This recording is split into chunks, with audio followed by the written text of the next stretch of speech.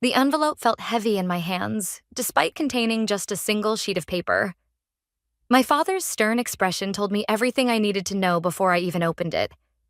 This wasn't going to be a Merry Christmas Eve. I'm Zuriel, and this was the moment my family decided I wasn't worth keeping around. Well, aren't you going to open it? My sister Michaela's sugary sweet voice cut through the tension in our family's living room. She sat perched on the arm of Mom's favorite leather chair, already wearing the diamond bracelet they'd given her moments earlier. The crackling fireplace and twinkling Christmas tree felt like a mockery now. I carefully broke the seal, aware of 4 pairs of eyes boring into me. The lawyer, Ernest, shifted uncomfortably in his seat. Not exactly your typical holiday guest. I don't understand, I said, my voice surprisingly steady as I read the document. You're cutting me out of the will completely? Mom, Vanessa to her society friends didn't even look up from her wine glass. It's for the best, dear. You've made your choices and we've made ours. My choices? I laughed, but it came out hollow. You mean starting my own business instead of joining the family company? A bakery. Dad's voice dripped with disdain. We spent a fortune on your education, and you want to spend your life making cupcakes. They're not just cupcakes, Dad. It's my dream. Dreams don't pay bills. He cut me off. Michaela understands responsibility. She's already showing real promise at the firm. My sister's smirk grew wider. Don't be dramatic, Zuri. You knew this was coming. I mean, what did you expect? I folded the paper carefully, my hands trembling slightly. The Christmas tree lights reflected off the glossy paper, creating dancing patterns that reminded me of the sparklers we used to wave around as kids, back when family meant something different. Actually, I stood up, smoothing my dress. I expected better from my parents. Silly me. Now, Zuriel, Ernest intervened. Perhaps we could discuss this after the holidays. There's nothing to discuss. Mom's voice was ice. The decision is final. I walked to the coat rack, pulling on my winter jacket. The wool felt scratchy against my neck, or maybe that was just the lump forming in my throat. Where are you going? Dad demanded. We haven't even had dinner yet. I've lost my appetite. I reached for my purse, pausing at the doorway. You know what's funny? You all think you're punishing me, but really... I smiled, thinking about the secret I'd been keeping. You might be punishing yourselves more than you realize. What's that supposed to mean? Michaela stood up, her perfectly manicured brows furrowing. Merry Christmas, I said, ignoring her question. And good luck. Something tells me you're going to need it. The heavy oak door closed behind me with a satisfying thud. Outside, snow was falling softly, muffling the sound of Christmas carols drifting from neighboring houses. I pulled out my phone and dialed a familiar number. Natasha? Yeah, it's done. They did exactly what we expected. I walked to my car, boots crunching in the fresh snow. No, I'm okay. Actually, I'm better than okay. Remember that thing we talked about? I think it's time. As I drove away from my childhood home, I couldn't help but smile. They thought they were writing me out of their story, but they had no idea. I was about to become the author of their downfall. My phone buzzed with a text from Michaela. Hope you're happy with yourself. You've ruined Christmas. I typed back quickly.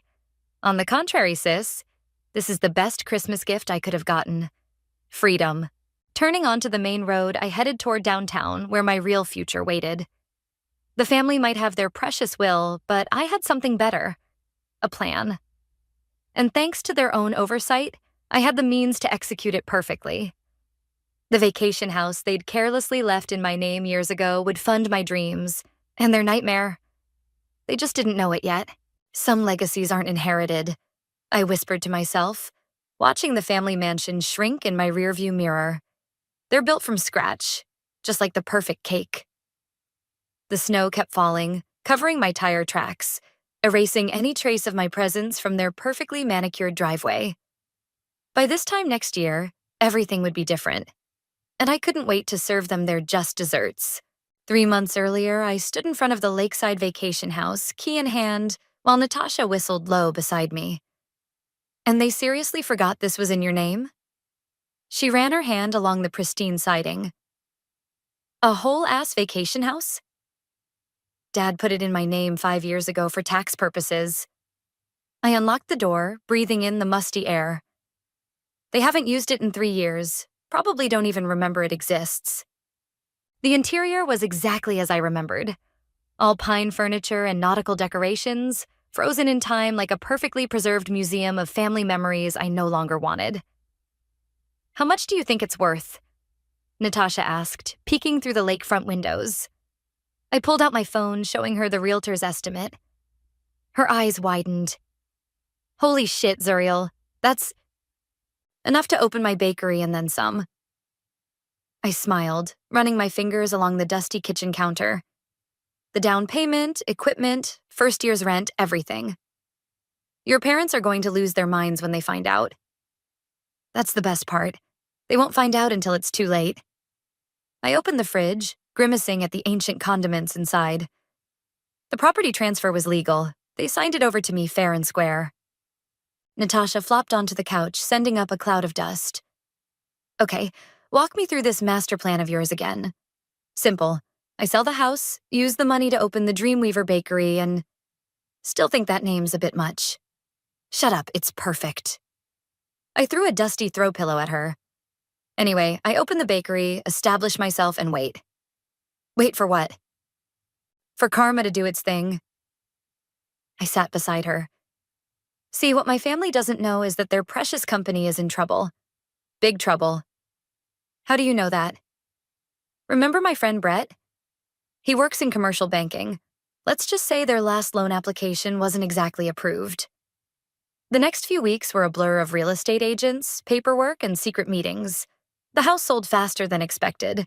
Turns out lakefront property is quite desirable, even in need of updating. You're really doing this, Brett said over coffee one morning, reviewing my business plan. I've got to admit, when you first mentioned it, I thought you were just venting.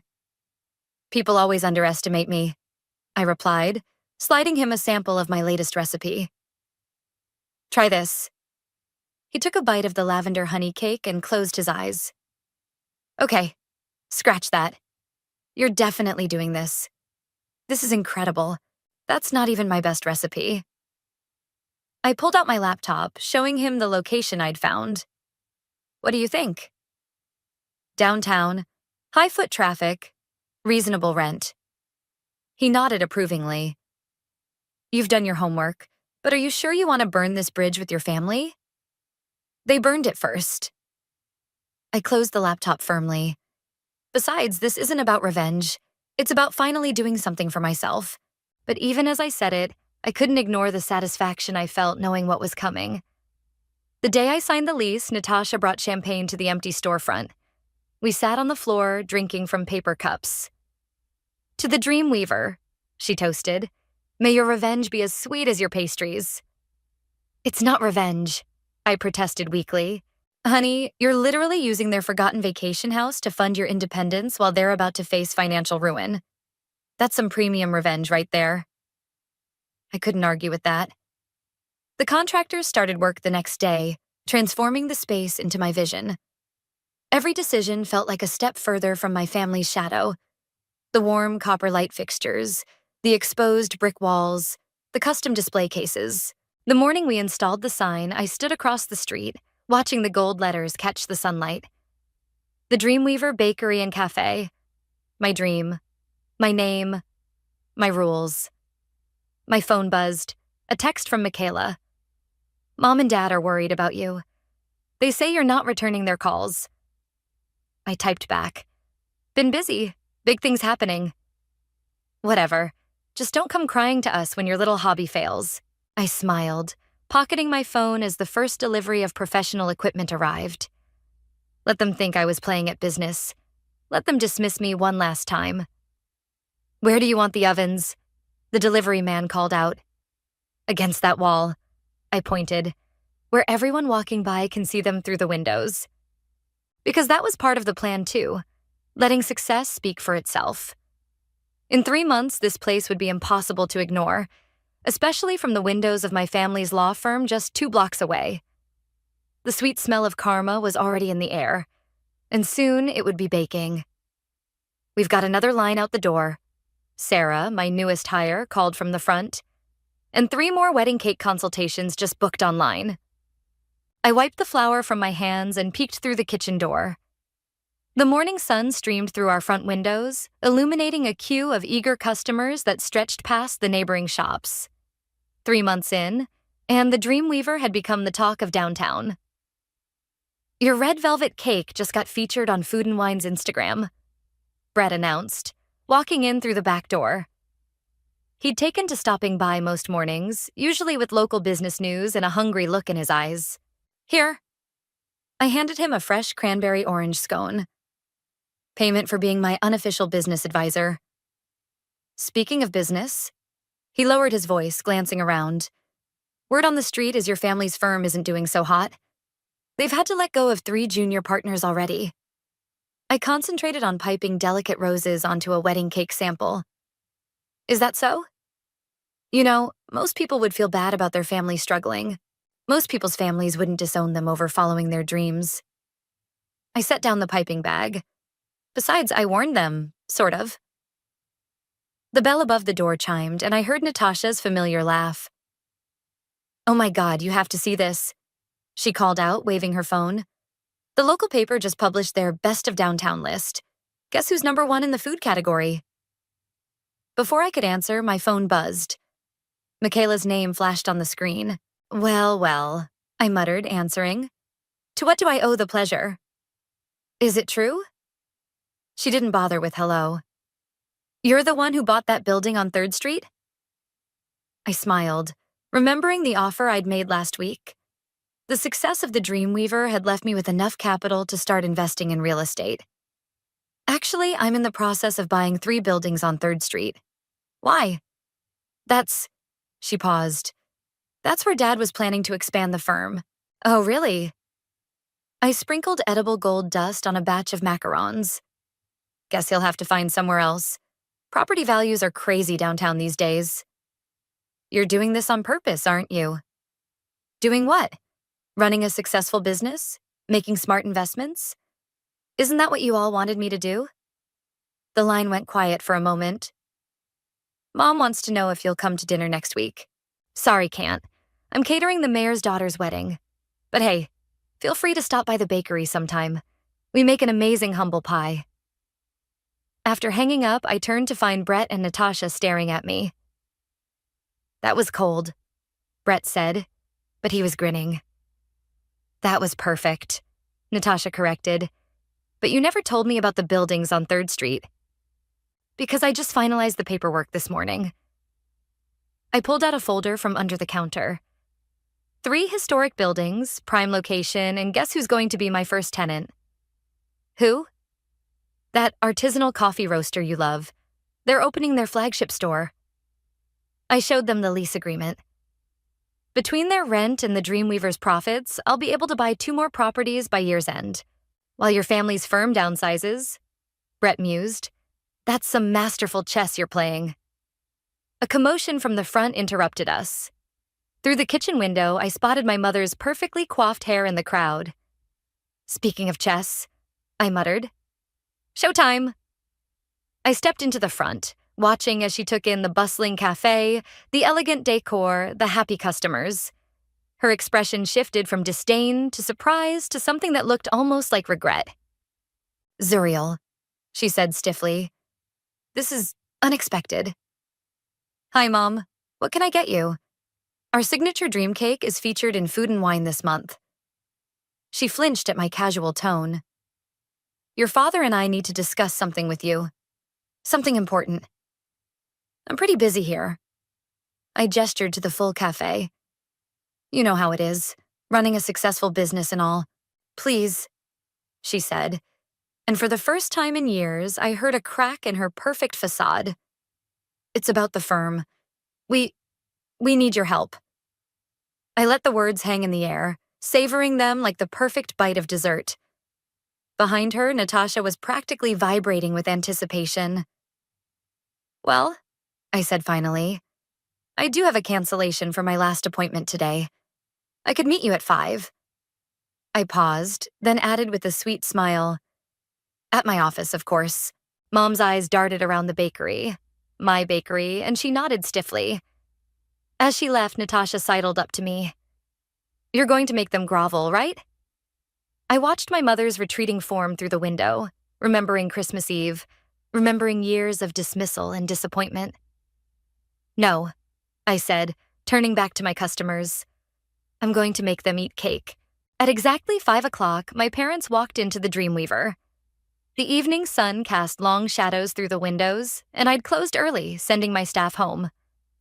Only Natasha remained, pretending to clean tables while eavesdropping shamelessly.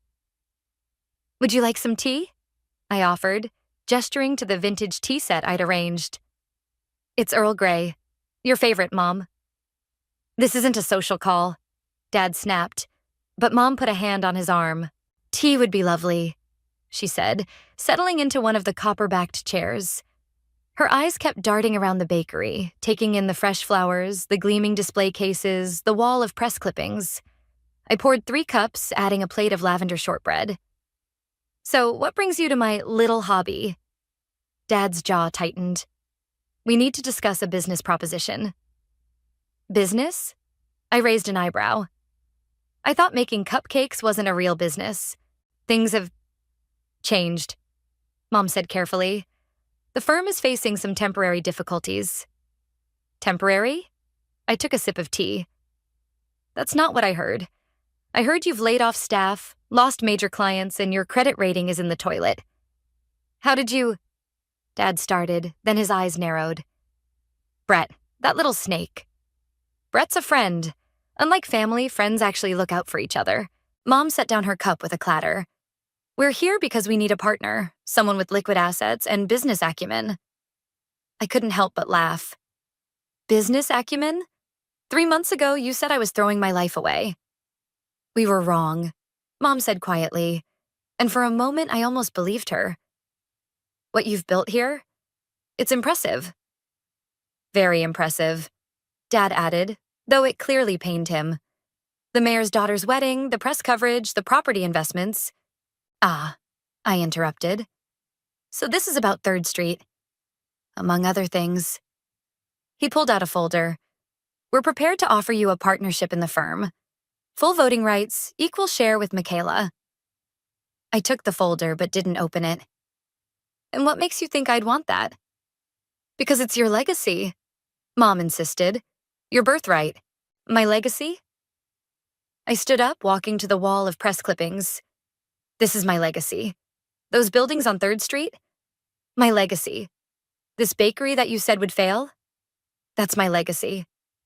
The firm is struggling, Dad admitted, his voice rough.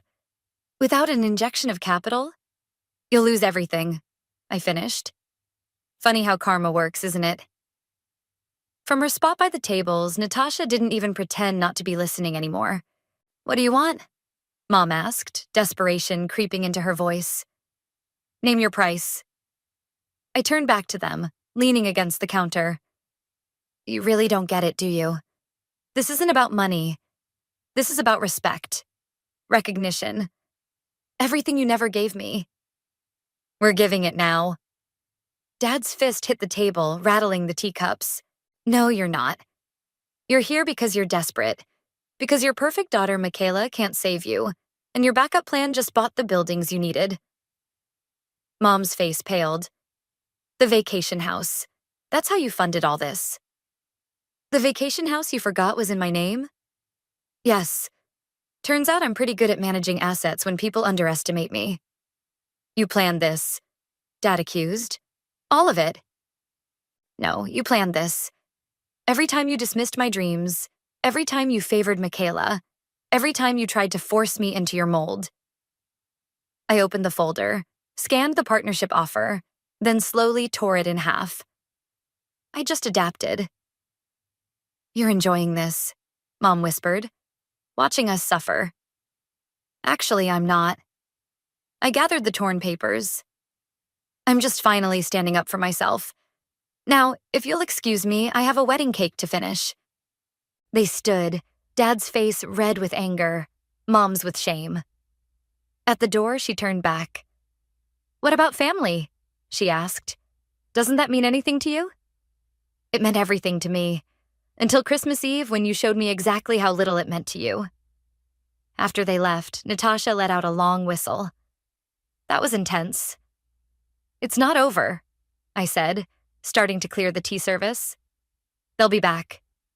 And? And nothing. The firm can sink or swim on its own. I'm done playing their games. My phone buzzed. A text from Michaela. How dare you turn them down? They were trying to make peace. I typed back. No, they were trying to save themselves. Big difference. By the way, how's that corner office working out? Natasha read the exchange over my shoulder. You know what this calls for? What? She grinned, pulling out 2 forks. Revenge cake. We spent the next hour eating leftover wedding cake samples and planning my next property acquisition. Sometimes the sweetest revenge isn't about destroying your enemies. It's about succeeding so spectacularly they have to watch from the sidelines. They're filing for bankruptcy, Brett announced, bursting into my office early Monday morning. Your family's firm. It's happening. I looked up from the stack of invoices I'd been reviewing. Already? I thought they'd last at least another month. 3 major clients pulled out last week. Word got around about their financial troubles, and he made a diving motion with his hand. It's like watching dominoes fall. My phone lit up with a call from Michaela. I put it on speaker. This is your fault, she shrieked before I could say hello. You did this to us. Actually, Mika, you did this to yourselves. I just refused to save you. Mom's a mess. Dad hasn't left his study in 2 days. Is this what you wanted? I signed the last invoice, pushing it aside. What I wanted was a family that supported me. What I got was disowned on Christmas Eve. Funny how life works out. We're having a family dinner tonight, she said, her voice suddenly controlled. You need to come. Need to? I don't need to do anything. Please, she whispered, and for the first time since we were kids, I heard genuine emotion in her voice. Everything's falling apart. I glanced at Brett, who shrugged. Fine. What time? 7? And Zuriel? Leave your attitude at that bakery of yours. I hung up, turning to Brett. Want to be my backup? He shook his head. This is family business, but text me if you need an escape plan. At 7 sharp, I pulled up to my childhood home. The mansion looked different somehow. Smaller, less intimidating. Like seeing a childhood monster in daylight and realizing it's just a shadow. Michaela opened the door before I could knock. They're in the dining room. Try not to make things worse. Lovely to see you too, sis. The dining room was a museum of uncomfortable memories. Formal dinners, lectures about responsibility, countless disappointments. Mom and Dad sat at opposite ends of the massive table, a feast laid out between them. You came, Mom said softly. I'm curious by nature. I took my old seat. So, what's this about? Dad cleared his throat. We've made mistakes, serious mistakes. The firm, Mom started. I know about the bankruptcy, I interrupted. Brett told me this morning. Of course he did, Michaela muttered. We've lost everything, Dad continued. The house will have to be sold. The cars, the vacation homes. Home, I corrected. Singular, I already sold the lake house, remember? Mom flinched. We deserve that. But Zuriel, we're still family. Are we? Because the last time we had dinner together, you handed me disinheritance papers as a Christmas gift. We were wrong, Dad said, and the admission hung heavy in the air. About everything. The firm, your bakery, you. The Dreamweaver is worth more than the firm now, Michaela added bitterly. Happy? I pushed my untouched plate away. What do you want from me? A chance, Mom said. To make things right. To be a family again. And the fact that I'm successful now has nothing to do with it? We're not asking for money, Dad insisted. No? I raised an eyebrow. Then what are you asking for? Forgiveness, Mom whispered. A fresh start. I stood up, walking to the window. Outside, the garden where I'd once dreamed of having my wedding was overgrown. Another casualty of their financial collapse. You know what's ironic?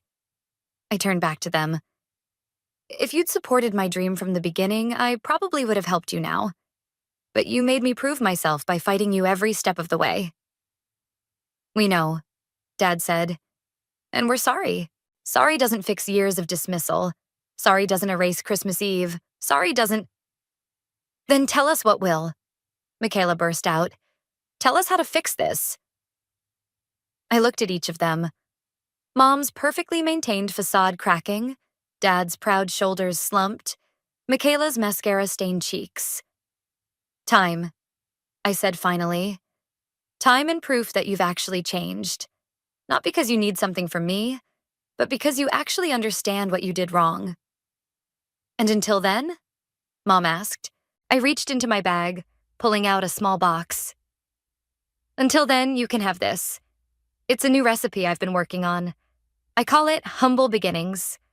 Dark chocolate with a hint of bitterness covered in gold leaf. Is this a joke? Michaela asked. No, I replied, heading for the door. It's a reminder. Sometimes you have to lose everything to appreciate what you had. Zuriel, Dad called after me. Will we see you again? I paused in the doorway. The bakery's open Tuesday through Sunday, 9 to 6. You know where to find me. Walking out, I felt lighter somehow. Not because I'd forgiven them, that would take time, but because finally, after all these years, they were the ones watching me walk away. The morning after the family dinner, I arrived at the Dreamweaver to find Michaela waiting outside, still wearing yesterday's clothes. Have you been here all night? I asked, unlocking the door. No, just since 5. She followed me in, dark circles under her eyes. I've been thinking about what you said, about proof. I started my morning routine, firing up the ovens and checking the prep list. And? I want a job. The measuring cup I was holding clattered to the counter. Excuse me? I want to work here.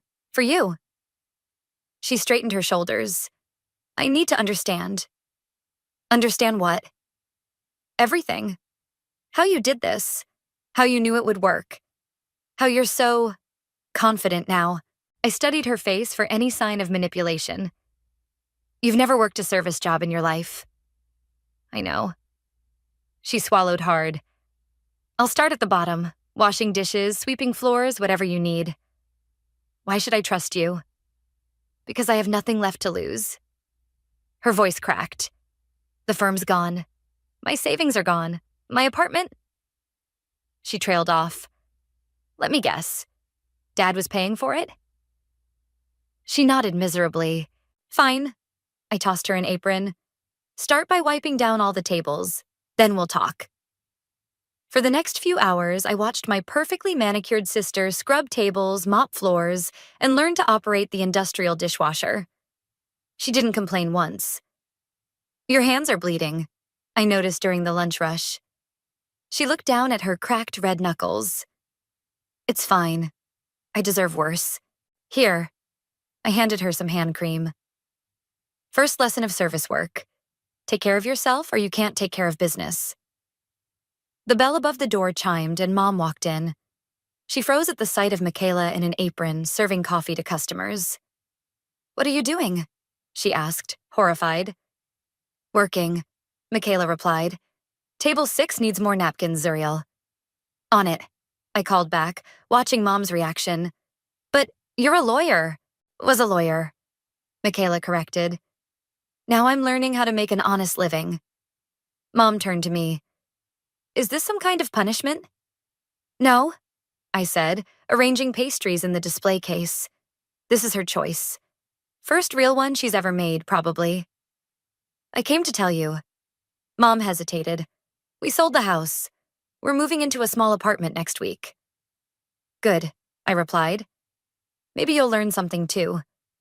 Your father's looking for work. Really? What kind? Anything, she admitted.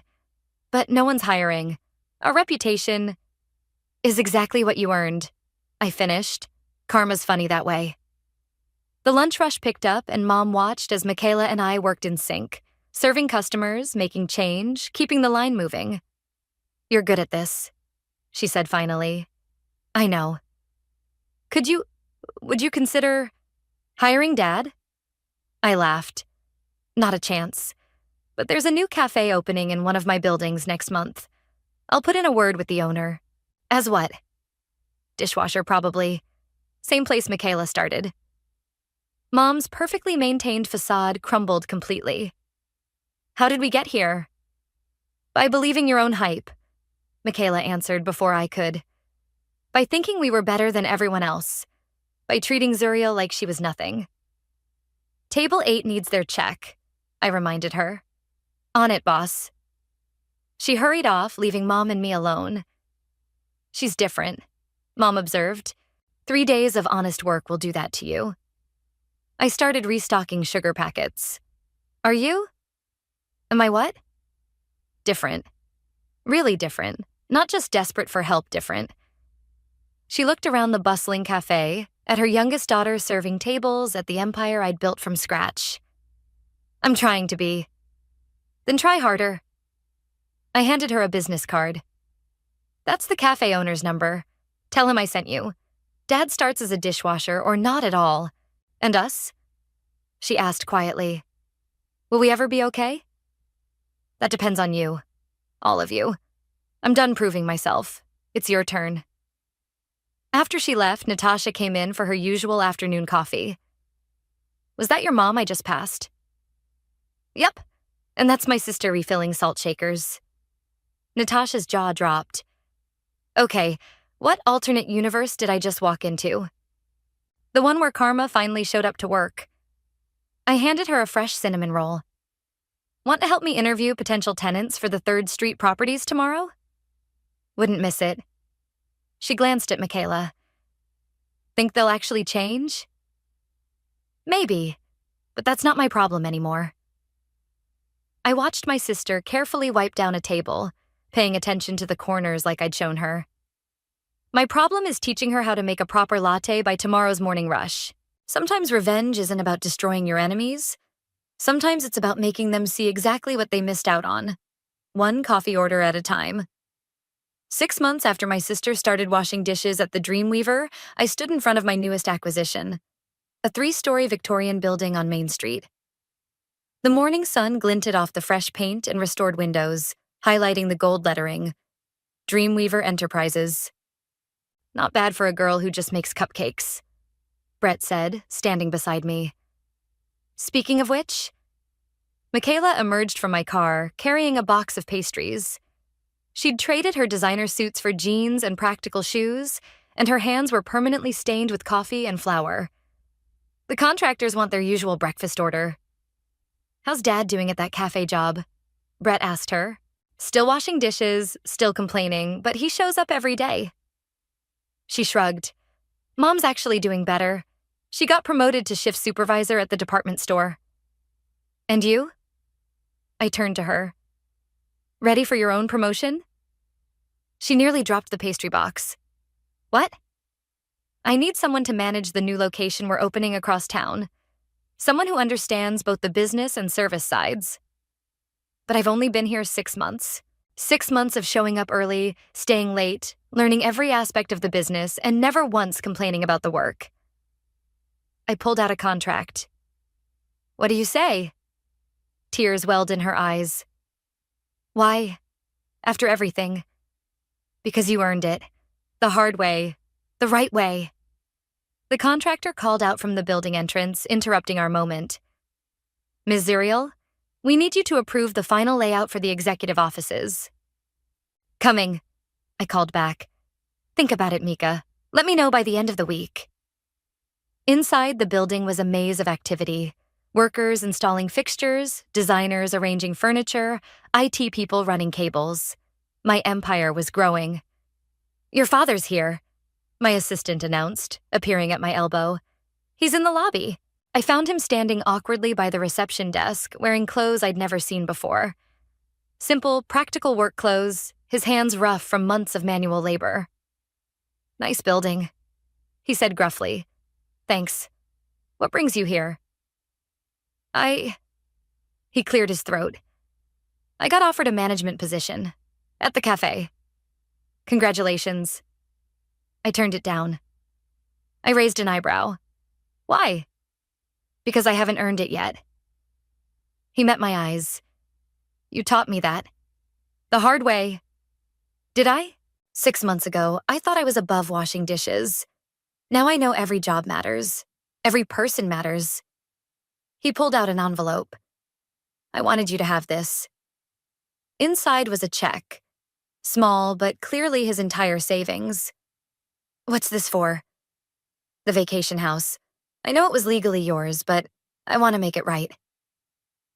I studied the check, then slowly tore it in half. Keep it. You'll need it more than me.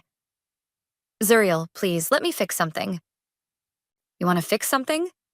Keep working, keep learning, keep remembering what it feels like to start from nothing. I handed him the torn check. That's worth more than money. His eyes were wet when he looked up. I'm proud of you. I should have said that years ago. I know, but I needed to hear it when I was struggling, not after I succeeded. Michaela burst in, excitement on her face. The health department approved the new location. We can start hiring. Oh, hi, Dad. Your sister offered me a job, she told him. Managing the new store.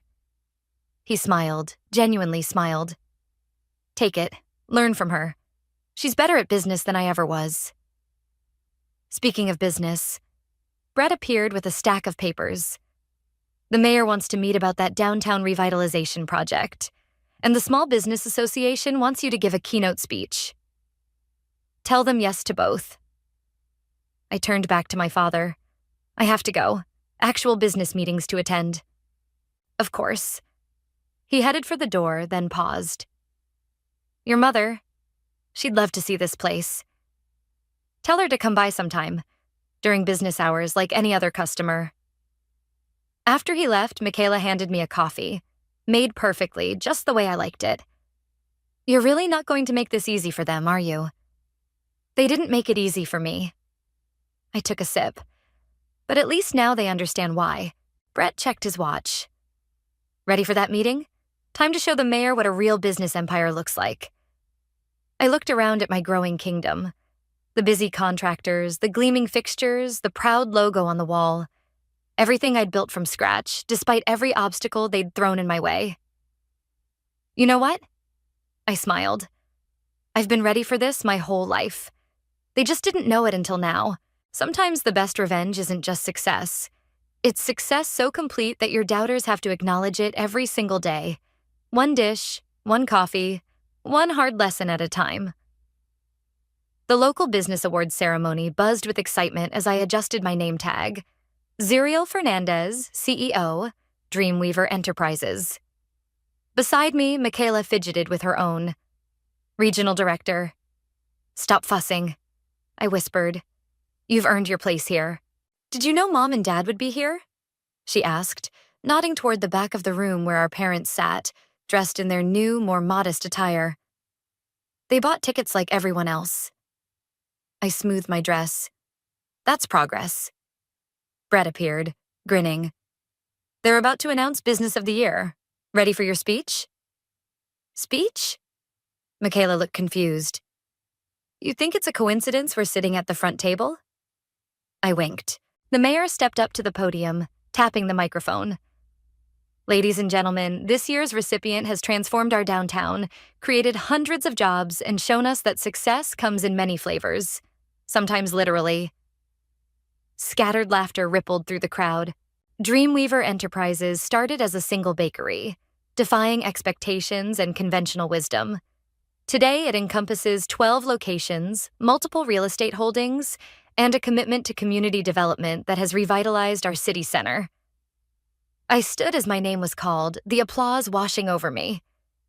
From the corner of my eye, I saw Mom dabbing at tears, Dad sitting straight-backed and proud. Thank you, I began, reaching into my pocket for my notes. Instead, my fingers found the torn Christmas Eve envelope from that fateful night. I'd carried it with me every day since, a reminder of where I'd started. I said it on the podium. Success isn't inherited, I said, looking directly at my family. It's baked from scratch, with equal parts determination and defiance. Sometimes the people who should believe in you don't, and that's okay. It just means you have to believe in yourself twice as hard. Natasha whooped from her table, making everyone laugh. But success without growth, personal growth, is just numbers on a spreadsheet. Real success is watching people change, including yourself. It's seeing your sister trade privilege for purpose.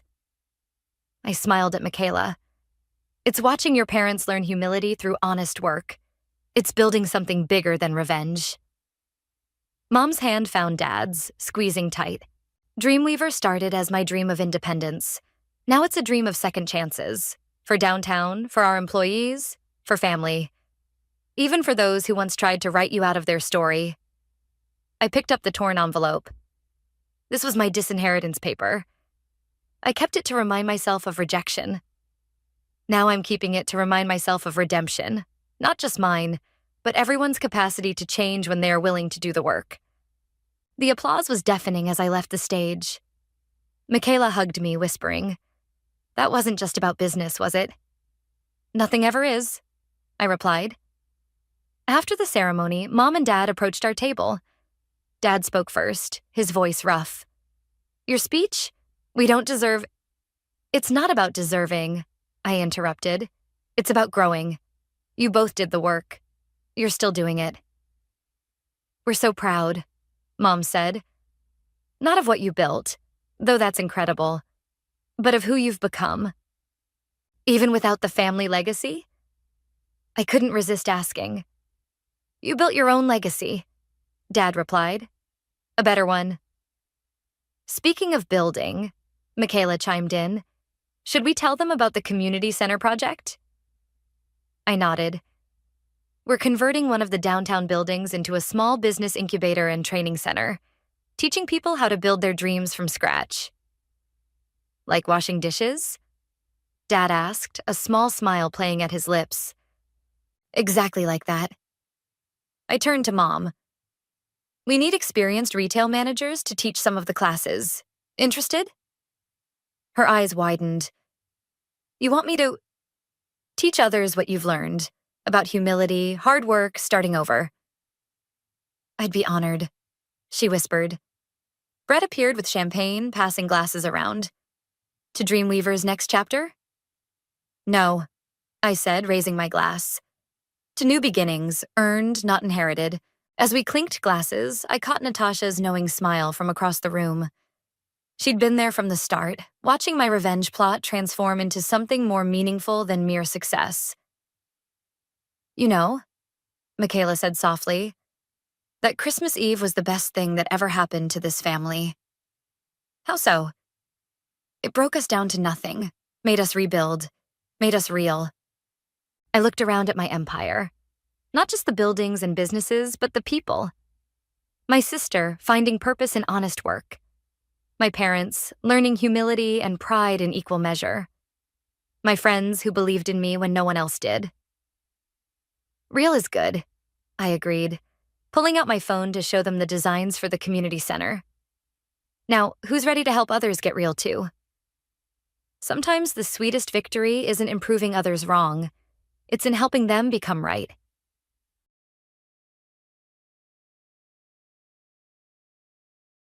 My husband had entirely abandoned his duties, leaving me with the overwhelming responsibility of caring for his ailing father and managing all our household chores. Each day, he would stay out until the early hours, rarely providing sufficient funds for our living expenses. Despite my deep love for my nursing career, I had resigned to dedicate myself entirely to his father's care. Yet, here he was again, asking me for more money. "We can't make ends meet with such a meager amount this month," I told him. "It's supposed to be your responsibility to manage our finances within the budget, but there's a limit to what's possible. How can you expect anything when you contribute nothing and dismiss the efforts of those who do?" My husband, aloof and condescending, shot back, "All you do is drain our finances without contributing. You're like a parasite." "How dare you say that?" I retorted. "If I leave, you won't last a day. Maybe you should be trying to keep me instead of threatening me." He waved the divorce papers in my face, arrogantly proclaiming his willingness to end our marriage at any moment. Tossing the papers at me, He stormed out of the room.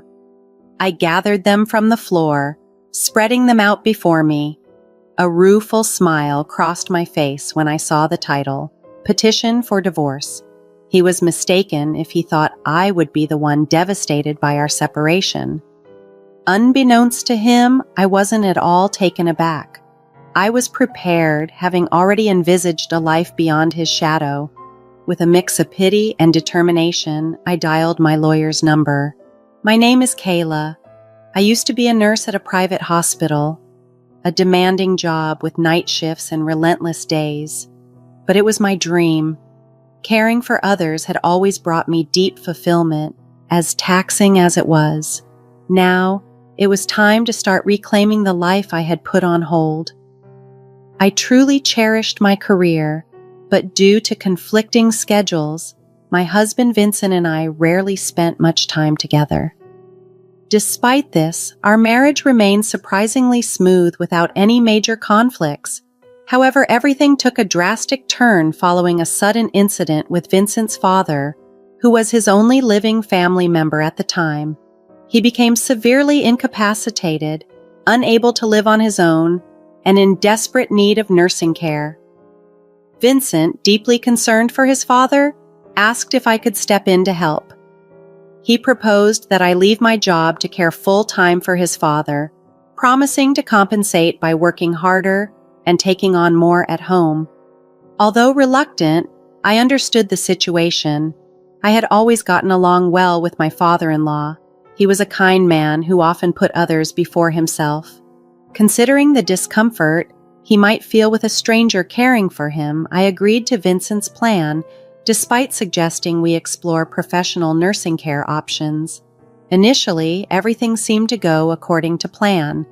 We moved in with Vincent's father, and Vincent appeared to keep his promise of helping around the house. Although we had to tighten our belts financially, it was manageable. However, as months passed, the situation began to deteriorate. Vincent's initial bursts of helpfulness faded, and he gradually started neglecting his promises. Not only did he reduce the financial support he provided, but he also became increasingly absent, leaving me to manage the household and care duties alone. As our financial strain grew, my having quit my job halved our income. I found myself juggling the care of my father-in-law with searching for affordable groceries, often driving long distances to save money. Meals became simpler, especially when Vincent was not around. Our living arrangement, once believed manageable, now felt increasingly unsustainable as Vincent detached himself, spending his earnings freely and leaving the weight of our challenges solely on my shoulders. Life became incredibly tough when I had to stretch every dollar to its limit. New clothes and trips to the hairdresser became luxuries I could no longer afford. When the financial strain became unbearable, I approached Vincent for help, but any mention of money seemed to irritate him. "Hey, honey, about this month's living expenses." "I already gave you the money," Vincent interrupted sharply. "Yes, but it's less than last month. I can't make ends meet with this." "Are you kidding me? Managing the budget is your job," he snapped back. "But the budget is too tight since I quit my job. It's been a constant struggle." "Please, we need more for the household," I pleaded. "What the hell? It's my hard-earned money. How I spend it is up to me," he retorted, dismissing my concerns. "I'm not stopping you from spending, but I expect you to make do with what you get. Just because you were a nurse, you think you're so important. You used to make good money, but now you don't contribute financially. You're just a parasite living off my earnings. All you need to do is keep quiet and do as I say." His words were harsh, and his attitude only worsened when I pressed the issue. No matter how much I pleaded, Vincent refused to adjust the budget to make our lives a bit easier. Left with no other option, I started dipping into my savings from my days as a nurse. Each month was a battle, juggling our dire financial situation and enduring Vincent's verbal abuse. Yet, in all this hardship, my father-in-law was a beacon of kindness. Despite his challenges, he always expressed gratitude for even the smallest gestures of care. Aware of our struggles, he even offered his pension to help make ends meet. He was a genuinely nice man and became my sole source of emotional support. Vincent's difficult attitude and general approach to life were hard to bear, but the time I spent with my father-in-law was precious. His presence and support strengthened my resolve to do my best under challenging circumstances, holding on to the warmth and appreciation he extended towards me, even when things seemed most bleak. My brief moments of joy were tragically short-lived. Nearly 3 years into caring for him, my father-in-law passed away unexpectedly. That day, I traveled a bit further to the supermarket to take advantage of a special sale. Although I was concerned about leaving him alone, he reassured me with a smile and encouraged me not to worry. With his encouragement, I left with a peaceful heart, believing he was fine. Tragically, while I was away, he collapsed and never recovered. The guilt of not being there at that crucial moment haunted me deeply. I replayed the decision to leave him alone over and over, and the tears just wouldn't stop.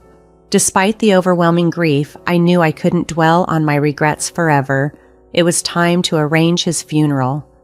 Vincent took on the role of chief mourner, but only for appearances. Behind the scenes, he left the bulk of the funeral preparations to me. Considering how much my father-in-law had supported me, I preferred handling the arrangements myself rather than risking Vincent's negligence. Despite the suddenness of it all, I threw myself into making the arrangements, which gave me a temporary escape from my sorrow. The process was grueling. I was so engrossed that it felt like my head was spinning, but it did help pull me out of my depression. Although it was infuriating to see Vincent yelling instructions one moment and then idly watching TV the next, I was determined to honor my father-in-law's memory properly. At the funeral, many attendees expressed their condolences to Vincent, not knowing the full extent of our domestic struggles. They sympathized with his loss, assuming he had been the one closely caring for his father. Their comments like, "It must have been hard to prepare everything so suddenly," and "You took really good care of him, he was fortunate to have such a fine son," were meant well, but they stung given the reality of our situation. I maintained my composure, responding with grace despite feeling pushed to my limit. "No, it's not hard at all," I would say, masking the truth of our strained circumstances. "He raised me too, in a way, so I did my best for him." I clung to the belief that my care had brought him some comfort in his final years, hoping that would be enough for him to find peace. "I too hope that he appreciates everyone's presence today," Vincent said, wearing a practiced smile as he mingled with the funeral attendees. His friendly demeanor and the superficial conversations grated on me. Beneath his facade, he had done nothing to prepare for the funeral or to care for his father in his final days. I vividly remembered the sorrow in his father's eyes on the nights Vincent came home late, not bothering to share even a word with him. Now that he was gone, Vincent's pretense of being a devoted son was almost too much to bear. My disgust for him grew with each passing moment, and it was hard to shake off. Even after the funeral, my distaste for Vincent lingered. With my father-in-law no longer here, the main reason for tolerating our strained marriage was gone. The thought of divorce increasingly crossed my mind. I was torn, feeling both the revulsion towards him and the uncertainty of making such a big decision. I was procrastinating, unsure of what to do, held back by the remnants of a life that once was. The routine was the only thing keeping me going, but then an unexpected incident gave me a startling insight. One evening, I went to the local supermarket, only to find they were out of a seasoning I needed. Deciding to try another store a little further away, I made my purchase and headed outside. That's when I spotted Vincent, who was supposed to be at work. Curious and cautious, I kept my distance, watching him. He looked around nervously before entering a building. Above the door hung a large sign for a consumer finance company, a name I recognized but never expected to be part of our lives. A chill ran through me as if I had been plunged into an icy bath. My whole body reacted viscerally to the implications of what I was seeing, yet my mind was eerily calm and clear.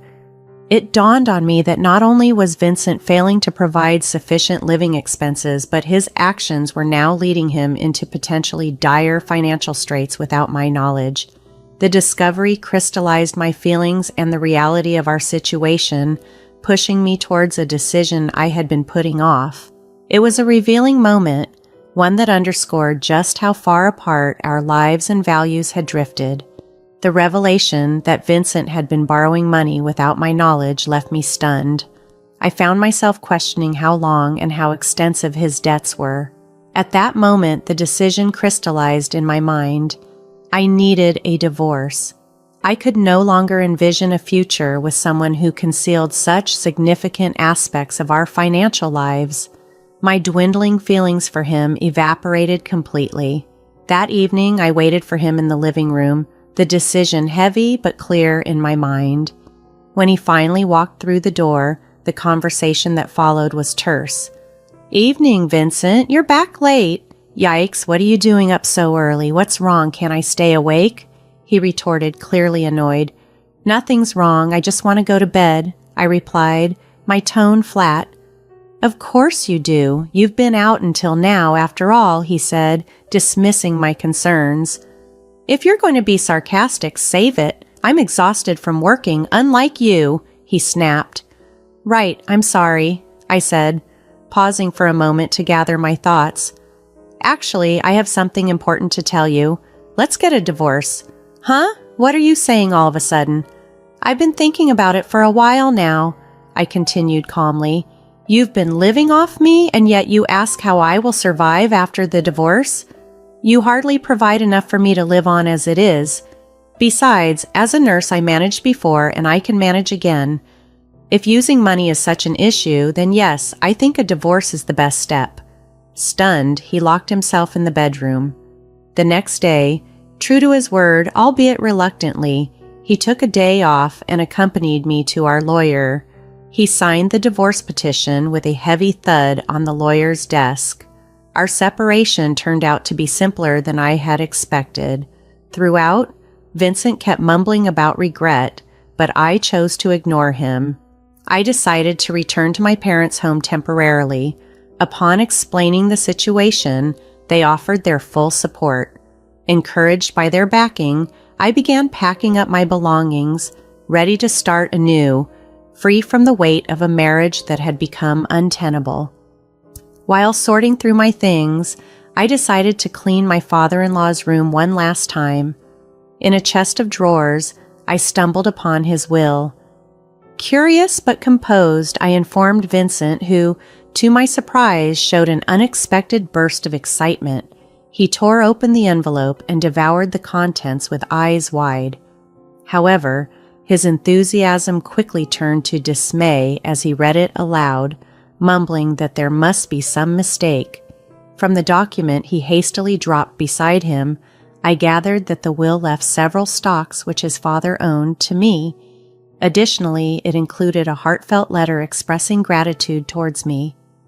Vincent, in disbelief, protested, "No, this can't be true. I'm the only son. Normally I inherit everything, don't I?" "That may be so, but the will clearly states otherwise," I replied calmly. "This is ridiculous. This can't be valid," he sputtered. But the signature of his father was unmistakable. The shock was too much for him. He fainted and collapsed on the floor. Quickly, I called an ambulance, but as I watched the paramedics take him away, I felt like I was already removed from his life. There seemed no reason to delay my departure any longer, so I finished packing and left for my parents' home. Once settled, I reached out to one of Vincent's relatives who had always been kind to me to inform her about the divorce.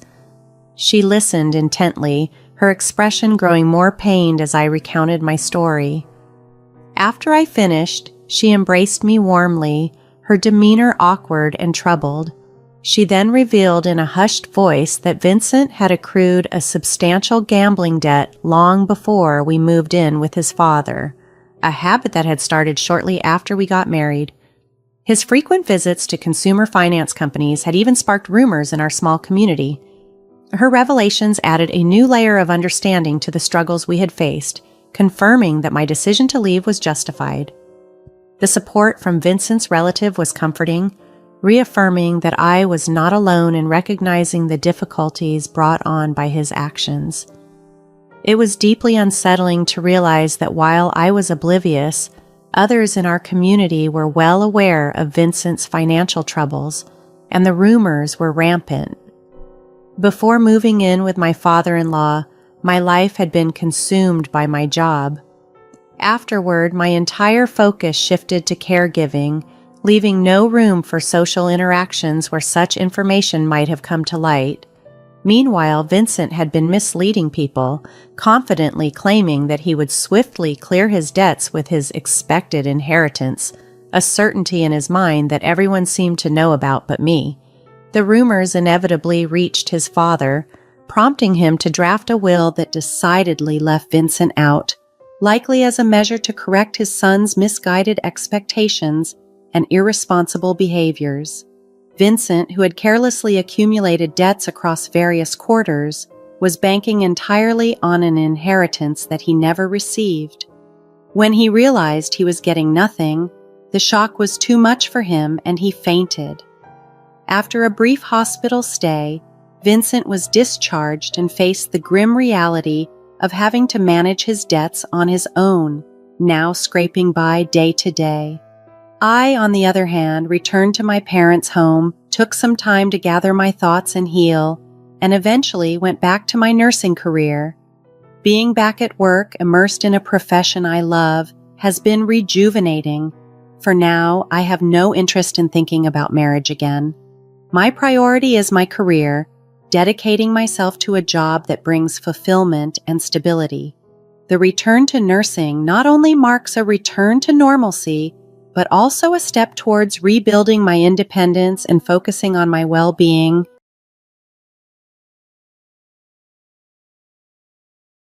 Ever since we exchanged vows, my husband, a classic mama's boy, hadn't contributed to household chores. His dependence became clear when I informed him of an upcoming business trip. Panicked, he exclaimed, "Who will take care of me while you're gone?" Following a heated argument, I proceeded with my week-long journey. Upon my return, I found a note next to the filled-out divorce papers which read, "Since you abandoned the housework, I'm returning to my parents. Consider the divorce papers and think it over." This made my blood boil. His audacity to threaten divorce was infuriating. However, as I calmed down, I began to see this as possibly the right direction. Maybe a divorce wasn't such a bad idea after all. Resolved, I submitted the papers the next day. The following morning, my astonished husband stormed in demanding, "Where are the divorce papers?" When I told him they were filed, he broke down, utterly baffled and crying uncontrollably. My name is Grace. I'm 32 years old and have been married for just over a year. After college, I diligently climbed the ranks at a prominent company. Approaching 32 without a romantic partner, pressured by my parents to settle down, I reluctantly joined a dating agency. That's where I met Edward, a soft-spoken man a few years younger than me who worked at a mixed firm. We connected over several dates, and he was nothing but respectful and understanding during our courtship, which made me think he was the one. When he proposed, I was overjoyed thinking we'd spend our lives together, but our marriage revealed challenges I hadn't anticipated. When I joyfully accepted Edward's proposal, we became officially engaged. Visiting my parents, they impressed upon us that marriage is a lifelong commitment.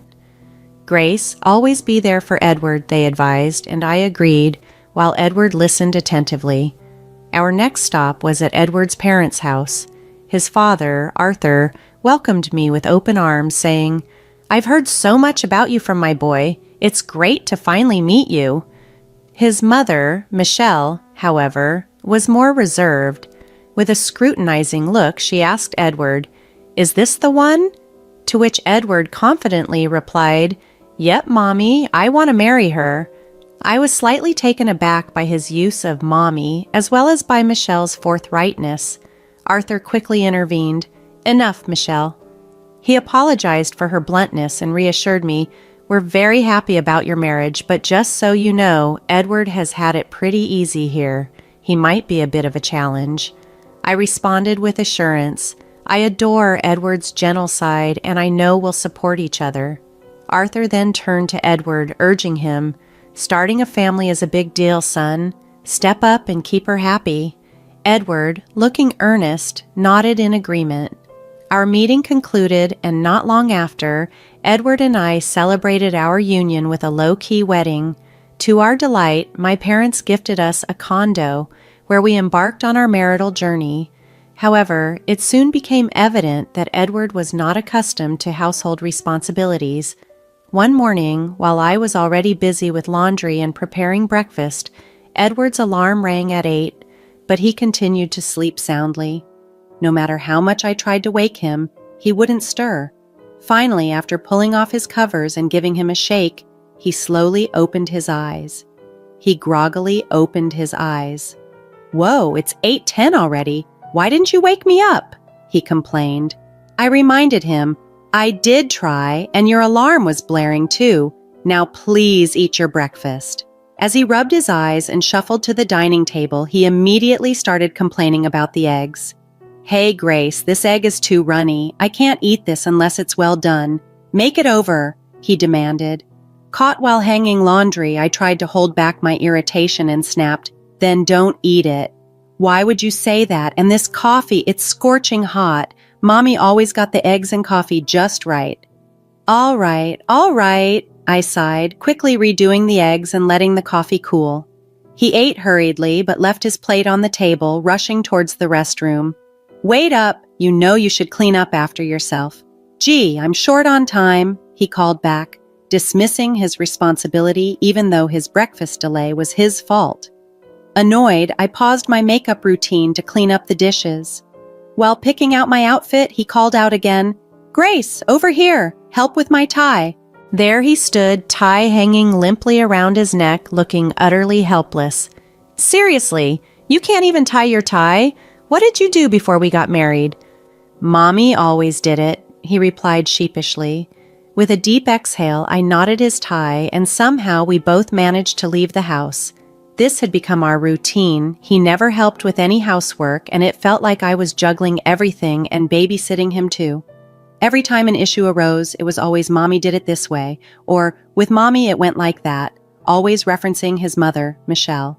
This routine dragged on for a year, and as the pressures mounted, thoughts of divorce began to creep into my mind. My father's insistence that marriage is forever echoed in my mind, tempering my frustrations. However, an unexpected hiccup at work led to my being assigned a week-long business trip starting the next day. When I broke the news to my husband that evening, he paused his video game, clearly surprised. "Hold up, a business trip? For a whole week?" "It's out of my hands, work's calling," I explained. "No way, who's going to cover for you here for a week?" he asked, irritation seeping into his tone. "You'll have to step up. It's about time you got a grip on the household duties," I responded. At that, he set down his controller and locked eyes with me. "Isn't the wife supposed to care for her husband and the house? Are you just bailing on that?" His question dripped with outdated expectations. "Seriously, that's such old school thinking. We both have jobs. We should be a team," I countered. "That's not how I see it. Mommy was always on top of things at home," he retorted. But I couldn't help but point out, but she was a stay-at-home mom, and honestly, it's kind of odd to hear an adult man constantly talking about mommy. He bristled at this. "What's your deal, taking shots at me and my mommy? I'm not, but let's be real, you're a mama's boy. This is how you see me? You think you can talk to me like that?" His defensiveness escalated. I had reached my limit. "Face it, you're a mama's boy. You can't get up without help, can't even tie your tie, and won't lift a finger around the house. You're constantly comparing me to your mom. For once, handle your stuff." "Really? You're going to come at me like that? That's why I was iffy about marrying someone older. Should have sided with mommy and chosen a younger, perkier girl," he shot back. His words struck a nerve, and our conversation spiraled into a major blowout. "Even joking, you shouldn't say stuff like that. We're married," I said, trying to anchor the conversation to the commitment we had made to each other. The tension between us was palpable, revealing the deep rifts that had formed in our relationship. When my husband hinted at divorce during our heated argument, I was taken aback. With a smug tone, he challenged, "You can't possibly want a divorce, can you? Wouldn't want to be labeled divorced. And think about what your dad said about sticking together." But then he sharply added, "Well, I just did. If you go on this business trip and leave me here alone, I'm seriously considering a divorce." With those words, he stormed off to our bedroom, leaving me stunned. Despite the shock, the idea of divorce lingered in my mind, something I had previously struggled with as I didn't want to disappoint my parents. Yet, now it seemed like a viable option to contemplate seriously. With these heavy thoughts, I went to bed. Bright and early the next day, I was up preparing for my trip. The fallout from our argument was still fresh and weighing on me, but I had work commitments to attend to. I nudged Edward, who was still nestled under the covers. "I'm heading out, you better wake up or you'll be late for work." His response was a sleepy, unintelligible mumble. Rolling my eyes, I left. A few hours later, a text from him popped up on my phone. "You barely tried to wake me, now I'm running late. Did you really go on that trip?" I quickly texted back, "I did wake you up, and yes, I'm on my trip. I'll be back in a week." He read my message but didn't reply.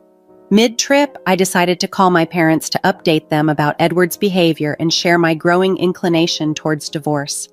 I braced myself for a lecture, unsure of how they would react to the possibility of our marriage ending.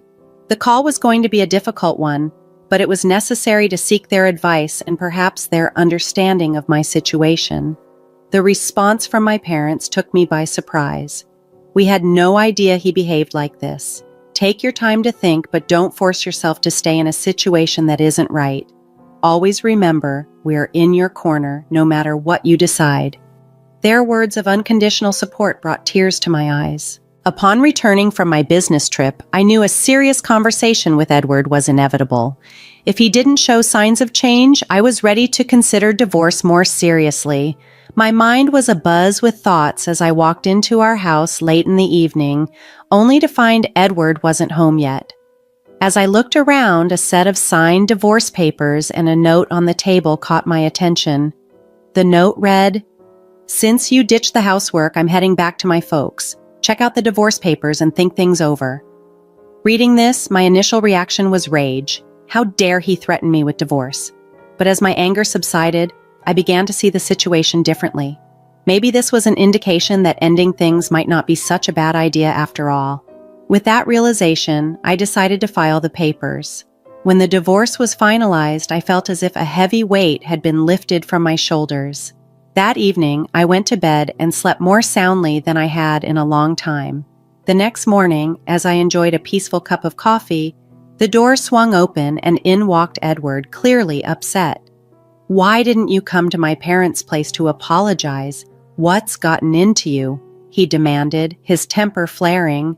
Then, noticing the empty spot where the divorce papers had been, his expression shifted from anger to shock. "Hold on, where are the divorce papers?" "Oh, I filed them," I calmly responded.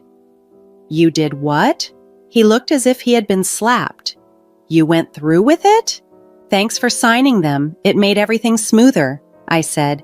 "You can't be serious. Did you go all the way? Have you lost your mind?" he exclaimed, unable to hide his astonishment at my decisiveness. Seeing how composed I remained, he lost his cool completely. "That's it. I'm calling my parents." "Sure, knock yourself out," I replied, undisturbed by his threat, knowing I had made the right decision for myself. An hour after the confrontation with Edward, his parents, Michelle and Arthur, arrived at our apartment. Michelle immediately spotted me and dramatically exclaimed, "You, how could you just divorce Edward like that? What's your deal?" I responded coolly, "If he had the divorce papers all filled out and ready to go, doesn't that suggest he wanted out? Is that a problem?" "How can you be so bold when you're just his wife?" she countered. But before the situation could escalate further, Arthur intervened with a firm, "Enough!" The room fell silent. Arthur turned to me. "Grace, can you walk us through what happened?" I agreed and began detailing the ongoing issues, our argument before my trip, and the divorce papers Edward had left for me. I was at my wit's end. It seemed like he wanted a divorce, so I went with it, I explained, maintaining eye contact with Arthur. After a moment of consideration, Arthur was about to speak when Edward interjected, "Mommy, Dad, come on, can't you see she's out of line? Tell her off."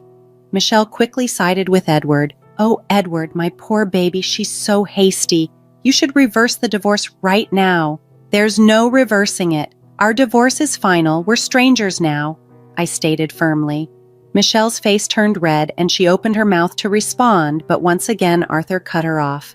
"Zip it, Michelle." He then apologized to me for Edward's behavior. Turning to Edward, whose eyes were bulging with surprise, Arthur continued, "You bonehead. I knew you had issues, but this is next level. Using divorce papers as a threat? Unbelievable. You had it coming." Michelle tried to interject, but Arthur didn't let up. "It's partly on you, Michelle. You spoiled him. Watch out. If you keep this up, I might divorce you, too."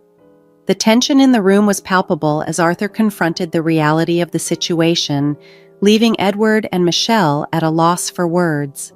After the intense discussion, Michelle was visibly shaken, her thoughts lingering on the unexpected threat of divorce from Arthur. She murmured to herself, visibly troubled, as Arthur turned his attention back to me, his expression marked by sincere regret. "Grace, I deeply regret the trouble our clueless son has caused you. It's clear he has a lot to learn. Please move on and find happiness in your life," Arthur implored with genuine concern.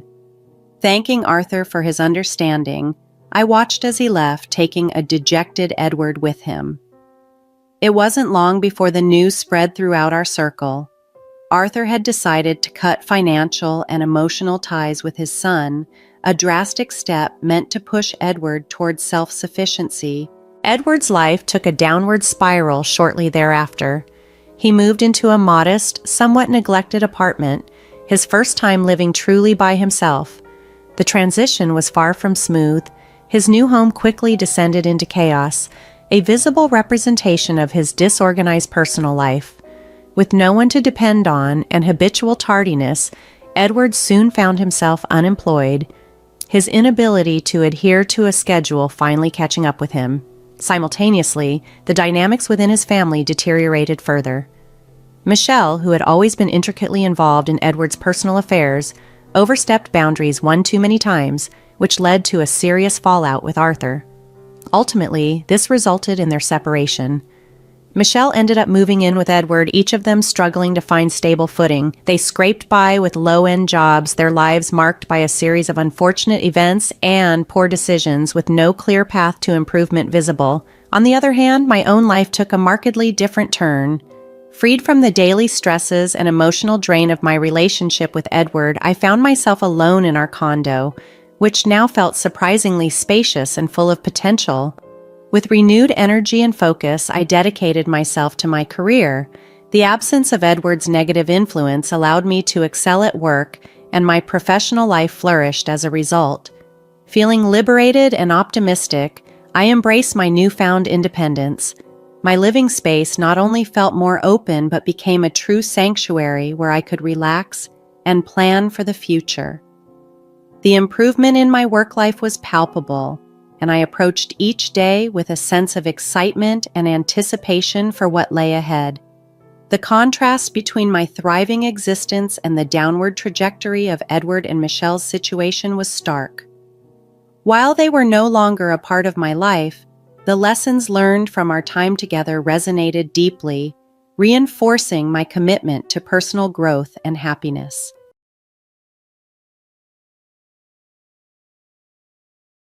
My son, who has a well-paying job, and you, who are currently unemployed and spend your days running, don't seem to be a good match. From now on, I've decided to live here with my son, so I'm asking you to leave. It was an unusual day. My usually reclusive husband had stepped outside. The intercom blared unexpectedly. When I opened the door, it was my mother-in-law who spoke these harsh words. "Really, you should open the door as soon as the bell rings. You're proving to be quite an ineffective wife, unable to manage even the simplest tasks." "I'm sorry, I was busy working and didn't hear it," I responded. "You're lying to me again," she accused. "I'm well aware of your lies about working, about not managing the household, about wasting your entire day doing nothing. It's not true." "Whether you believe it or not doesn't change the facts," I retorted. Unmoved, my mother-in-law smirked, waving a document in front of me. "Do you know what this is?" she asked. "What is it?" I inquired, feeling a knot in my stomach. "These are the divorce papers already filled out by my son. He doesn't want to be with you either. Now, sign here and leave," she demanded. My mother-in-law looked down at me with a triumphant laugh as I followed her instructions and signed the divorce papers. My hands trembled while holding the pen, a stark contrast to the unwarranted joy on my mother's face, who blissfully knew nothing of my actual situation. "My name is Samantha, and I'm a freelance writer and editor working from home. A few years ago, I worked for a publishing company, and thanks to the experience I gained there, I've been able to earn a steady income. During my tenure at the publishing company, I was diligent and managed to save a good amount of money. Thus, even though freelancing can be unpredictable, I've been able to live comfortably without major financial concerns. I met my husband, Kevin, while I was working at the publishing company. Back then, I was a fledgling editor, and Kevin was an aspiring writer. We both made our fair share of mistakes and faced numerous challenges, but like me, Kevin never gave up, even when the results he desired seemed elusive. His perseverance and commitment to his craft not only inspired me, but also drew me closer to him. After several years of dating, we got married, and I transitioned from my company job to freelancing. The early days of our marriage were hopeful. Although I wasn't yet stable as a freelancer and Kevin was still pursuing his dream, we supported each other immensely. We shared household chores and split the living expenses evenly. A couple of years into our marriage, my freelance business began to stabilize. That's when Kevin started to portray himself as a successful writer to his parents. The truth was far different. Despite his continuous efforts, he faced repeated rejections from publishers. No matter how many applications he sent out, success seemed just out of reach. Kevin would only ever make it to the second round of selections when he applied for writing opportunities. He probably wanted to reassure his parents because he knew it would worry them if they realized how long he had been struggling to achieve his dream of becoming a writer. Out of respect for Kevin's feelings, I kept quiet and played along with the story he told at my in-laws' house. In the beginning, all I had to do was smile and nod. But as time went on and Kevin continued to present himself as a successful author, I felt uneasy during visits to my in-laws. Not only did they fully believe Kevin's tales of success, but they also began to view me as a stay-at-home, non-contributing spouse. They perceived me as a useless wife entirely dependent on her supposedly successful husband. The concept of working from home as a freelancer might be hard to grasp and visualize for some, especially for my in-laws, who were not familiar with this style of working. I tried not to blame them for their lack of understanding. However, their attitude towards me worsened over time. Whenever I visited, they would confront me with accusations, questioning how a wife who neither worked outside nor did house chores could face her husband's family.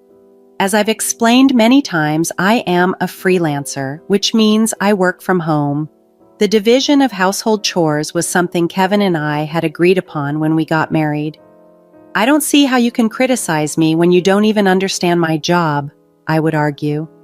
"You claim I don't have a real job, that I don't earn much, and that Kevin supports me financially, but in reality, I earn a decent income and contribute equally to our expenses." The retorts would continue, with them asserting that if I didn't start showing more appreciation for Kevin and acting more grateful, I shouldn't be surprised if one day he decided to leave me. Despite their harsh words, I knew the truth about our financial and emotional partnership, and I remained steadfast in my commitment to our shared life, even under the weight of their misunderstandings. The conversation had a recurring theme. If Kevin leaves you, you won't be able to support yourself. I nearly sighed out loud at these words, but restrained myself. I wanted to clarify that I was actually the one covering most of our living expenses and also handling the majority of the household chores. Contrary to what they believed, it was Kevin who was unemployed and not contributing much at home. Yet I held back those words too. Initially, I would only hear snide remarks when Kevin wasn't around. However, the situation escalated recently during a dinner at my in-laws' house.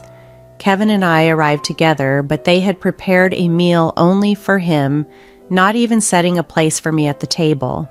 This exclusion had become routine. Moreover, they appeared to be spreading unfavorable opinions about me to our relatives. At family gatherings, which happened a few times a year, they would whisper and gossip about me behind my back. Although I was not saddened by my in-laws' attitude, I was increasingly frustrated with Kevin for merely sitting back, observing silently, and not intervening. Adding to the complications, my in-laws, under the false impression that Kevin was a successful writer, continuously urged him to purchase things for them.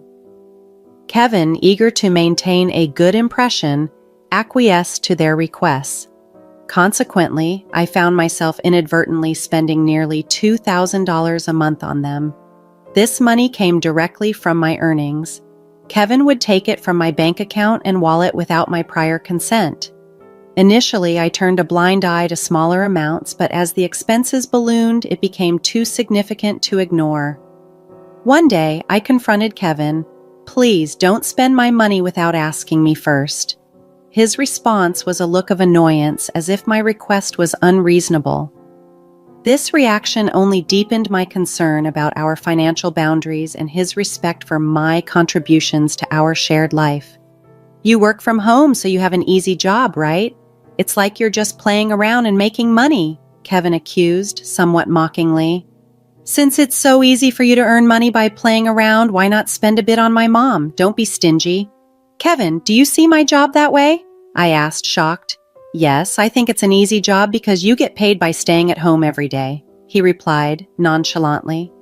I couldn't believe he thought so little of my work. As he walked away, laughing loudly, I watched his back, realizing I had reached my breaking point. I could no longer endure this. I decided then that I would divorce him. I had always believed Kevin was my ally, no matter what my in-laws said, encouraging me to give my best. But now, even Kevin was ridiculing me. I was painfully aware that Kevin, who spent hours each day in his room, was not actually working on his manuscript, but was instead playing computer games. When we first met, he was serious about his writing, always eager to craft something compelling. Now, that dedicated Kevin I had loved seemed to have disappeared. Resolved, I began to secretly look for an apartment suitable for one person. As I searched for a new home, I quietly organized my personal belongings, preparing to leave whenever necessary. After a little while, I found a promising apartment and had already visited it to make sure it was what I needed. One day, while Kevin was out, my mother-in-law arrived at our house. She rang the intercom with an eagerness that felt invasive. As soon as I opened the door, she walked in and settled herself on the sofa in the living room as if it were her own home. "Samantha, you need to get the hell out of this house," she demanded bluntly. "What are you talking about?" I asked, confused by the sudden accusation. "I've been telling you for a long time that you're unemployed and don't contribute to any of the household chores. You're nothing more than a useless wife," my mother-in-law asserted sharply. "There's no way Kevin, a successful writer, is compatible with someone like you." I tried to interject, but my mother-in-law cut me off and continued, "If you leave this house, I will move in. That way I can cook for Kevin every day and not have to look after that woman, Kevin's grandmother. She's incredibly picky about how food is seasoned and complains about dust when I clean. I can't live with her anymore, so I've decided to stay here with Kevin and send her to a nursing home." "And how are you planning to pay for a nursing home?" I questioned. "I'll just have Kevin handle it. He's making plenty of money, so it shouldn't be too hard for him," she replied casually. "But you're in the way, so will you please just get out?" With that, she thrust a set of divorce papers in front of me. "Why do you have those?" I demanded, stunned. "I made him fill them out a while ago, telling him to divorce you as soon as possible," she said with a smug, unpleasant smile. I examined the divorce papers, and indeed, they were written in Kevin's handwriting. Strangely, this revelation was a relief to me. I had been ready to move out, but I was still unsure about how the divorce would unfold. I had thought Kevin would be reluctant to end our marriage, that he would not want to give up on the love we once shared, and that he wouldn't easily sign the papers. I had braced myself for a long discussion and possibly a contentious battle with him. Now, it seemed, things might proceed more swiftly and straightforwardly than I had anticipated. Discovering the divorce papers already filled out was surprisingly fortunate for me. When I accepted them without hesitation and signed them quickly, my mother-in-law seemed taken aback. However, she quickly composed herself and coldly told me, "Now get out of here and leave the furniture behind. Everything was purchased with Kevin's money, so I don't think you should take anything with you." She laughed loudly as she said it. I wasted no time gathering my belongings and moved into the new apartment I had already lined up. On my way there, I stopped by the municipal office to officially file the divorce papers. Just like that, I began a new chapter of my life, living on my own without any issues. Living alone, I was struck by the tranquility. There was no one to interrupt my work or to ridicule me. Surprisingly, I found my work was progressing better than usual. It was only 5 days into my new life that I received a call from Kevin while I was working from home. As soon as I answered the phone, Kevin pleaded in the most pathetic voice I had ever heard. "Please come home." "What's wrong now?" I asked. "I'm sorry, I apologize. So please come back home," he implored. "I'm not coming home. We're already divorced," I responded firmly. "I never agreed to a divorce. That's not valid," he protested. "But those divorce papers were definitely in your handwriting," I countered. "That was just a little threat I was trying to make to you. I had no intention of actually getting a divorce," he explained. "But that doesn't change the fact that you wrote them. A divorce is a divorce," I stated unequivocally. "You don't need a wife who, as you say, plays around every day, works an easy job, and doesn't do any of the house chores. Right? Now you get to live with the family you love so much. You can't complain. What's the problem?" "I'm sorry," was all he could say. Kevin explained his predicament. "My family thinks I'm a writer, so they quit their jobs and moved here, expecting to live off me. Now they also want me to pay for Grandma's surgery, and I just don't have that kind of money." "I see," I responded, realizing why he was so desperate for me to return. "That's why you want me back." "Yes, and now that they've discovered I've been lying to them, my mom and dad are furious with me. They're pressuring me to bring you back immediately. You now understand how difficult this is for me. Please come back. Let's live together again." "Do you think I'm going to say yes after everything? We're divorced, Kevin. You need to handle your real problems," I replied. "Don't be like that, Samantha," he pleaded. No matter how much I reiterated that we were divorced and that he was now a stranger to me, Kevin persisted. He wouldn't accept the separation and continued to grasp at any possibility of reconciliation. Finally, in frustration, he said, "All right, I'll divorce you if you insist so much, but you know what? If you divorce me, you should be responsible for my parents' care and alimony, which you were supposed to help with while we were married." "What are you talking about? If you hadn't divorced me, my parents would have ended up in a care facility and we would have had to pay for it. You should be the one to pay since you pushed for the divorce." They found out I lied about being a successful writer. My parents are angry and emotionally hurt. All of this turmoil is because of your selfish decision to divorce. "I can't pay alimony," he added.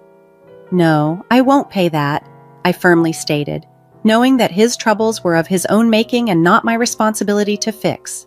I couldn't grasp what Kevin was trying to imply. "When we were married, you called me a jobless, worthless wife. I don't know if it was your pride speaking or what, but it was you who lied about me and caused me pain. Your parents and our relatives believed your lies, and they blamed me. I don't want to say this, but I was hurt far more than you are now. I'm not interested in someone who ridiculed me instead of defending me. If you need money that badly, why don't you take out a loan from a bank?" With those final words, I ended the call without waiting for Kevin's response. I immediately set my phone to block his calls and changed my number. A few months later, I happened to pass by what used to be my in-laws' house, which had been sold and converted into a parking lot. The house was gone, leaving no trace of the once bustling household. As I stood there, a neighbor returning from shopping approached me. She shared that Kevin's family had been forced to move into an old apartment due to unemployment and financial troubles. Before they left, their constant arguing had become well known in the neighborhood. The fights were so loud they could be heard outside, disturbing the peace late into the night. Even the police had been called due to the noise. She patted me on the shoulder, sympathizing. "You had a tough time too," and then hurried off. I turned my back on the remnants of my former in-laws' lives, reflecting on how Kevin's attempts to seem impressive with lies had spiraled out of control. He couldn't correct his falsehoods, and the gap between reality and his fabrications grew wider the more he lied. I never anticipated our story would end like this. The turn of events in my life has proven to be much more interesting than any of the novels Kevin aspired to write. It's strange how small incidents can spiral into catastrophic endings, much like the plots he dreamed of penning. Yet, it's ironic that Kevin, who wanted to be a storyteller, couldn't foresee this in his own life.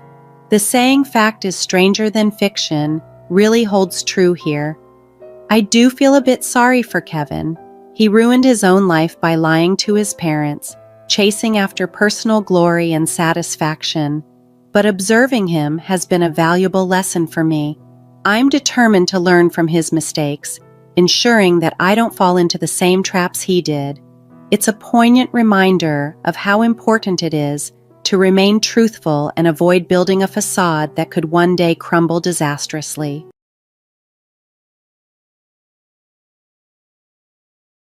"2 years ago, my world came crashing down when I found out my husband had cheated on me. The betrayal deepened when I discovered the other woman was my younger sister. To add insult to injury, they even sent me an invitation to their wedding, which my mother also planned to attend. This felt like a double betrayal from my family. My name is Teresa, and I used to work at the same company as my husband, where I was also his boss. Initially, he seemed a bit unreliable, yet he was earnest and affable. I was responsible for his training, guiding him through the intricacies of our work. At first, he was anxious about the unfamiliar tasks, but over time, we developed a close bond. I still remember the thrill when he asked me out. It was our first step beyond professional boundaries, and it made my heart race. We started dating, and 7 months later, he had become proficient in his role, even earning praise from my peers. His success felt like my own. He soon received a promotion and moved to a different department, and shortly after, he proposed. We had a beautiful wedding, and both my parents and younger sister, Judy, immediately warmed up to Thomas. Judy especially, who was the same age as Thomas, bonded with him quickly. She had just ended a relationship and often mentioned how envious she was of our marriage. Following the wedding, I continued to juggle my career and home life, supporting Thomas in both spheres. However, about a year into our marriage, Thomas began coming home increasingly late. This was the beginning of a series of events that led to our eventual divorce and the painful revelations that followed. As time went on, Thomas and I found ourselves sharing fewer meals together, a sign that our schedules and perhaps our lives were drifting apart. One evening, I addressed the elephant in the room. "Thomas, we haven't really talked about work lately. Is everything okay? You've been coming home late every day. If there's anything I can do to help, just let me know." "There isn't," he replied tersely. He used to share everything with me, but now it seemed like even mentioning work irritated him. On his days off, Thomas would either sleep through the day, claiming exhaustion or go out alone to clear his head. I felt the growing distance between us and decided to make a suggestion that might help us reconnect. "Hey, Thomas, how about we go to a spa together during next month's holiday? My sister recommended a great place." "A spa, huh?" He didn't seem enthused, but I went ahead and made hotel reservations with the spa, hoping it would be a nice break for both of us. A week before our planned trip, I tried to finalize our plans. "Thomas, what time should we leave the house next week?" "Huh? Oh, is the spa trip next week? I forgot to mention I have to go on a business trip during that weekend." "But you've known about the spa trip for quite some time," I pointed out, a mix of disappointment and frustration in my voice. "Well, it's work, so it can't be helped, right?" he responded, and that was that. His department was as busy as ever, frequently sending him on business trips. Reluctantly, I had to give up on our plans. As always, Thomas left early in the morning for his business trip. If things had gone as planned, we would have been on our way to the spa together. Feeling down about how things had turned out, I received an unexpected phone call. It was from the hotel where I had made the spa reservation. Despite having sent a cancellation email, they hadn't received it due to an error and were calling to confirm our arrival time. That's right, I thought, seizing the opportunity. I might as well invite Judy. I called my parents' house to ask her, but I was told that Judy had been out since the morning and wouldn't be back anytime soon. Feeling a bit lost and in need of some support, I decided to invite my mother to the spa as a last-ditch effort. I wasn't expecting her to agree, especially on such short notice, but to my surprise, she accepted my invitation. "Really, Mom? Is it okay to leave Dad alone?" "Right now, I'm more worried about you than your father," she replied. It seemed she had noticed I had been feeling down lately and chose to accompany me to lift my spirits. "Thanks, Mom," I said, grateful for her support. "I'm the one who should be thanking you," she smiled. "I'm happy to be able to take a trip like this with you." Determined to enjoy the trip, I set off with my mother, looking forward to some peaceful time together, something we hadn't done in a long while. However, our plans for a relaxing getaway were shattered upon arriving at the hotel. "Mom, look at that!" I gasped in disbelief. There, at the very hotel we had booked, was Thomas. He was supposed to be on a business trip, yet there he was, arm in arm with a woman, both looking quite happy as they entered the hotel. As they walked in, the woman turned her face towards us for a moment. My heart sank. It was Judy, my sister. The shock was overwhelming, and the next thing I knew, I was back at home, barely remembering the journey. My mother made some tea, which helped me begin to calm down. The realization hit hard. Thomas had been deceiving me, and so had Judy. After gathering myself, I called Thomas's department to confirm my suspicions. As I suspected, they had been cutting down on business trips and overtime for the past few years. There was no way Thomas should have been traveling as much as he claimed. Discussing Thomas's late nights and supposed business trips with my mother, we realized that on those same days, Judy was also consistently absent from home. It all added up too neatly. He wasn't working late or traveling for business. He was meeting up with Judy.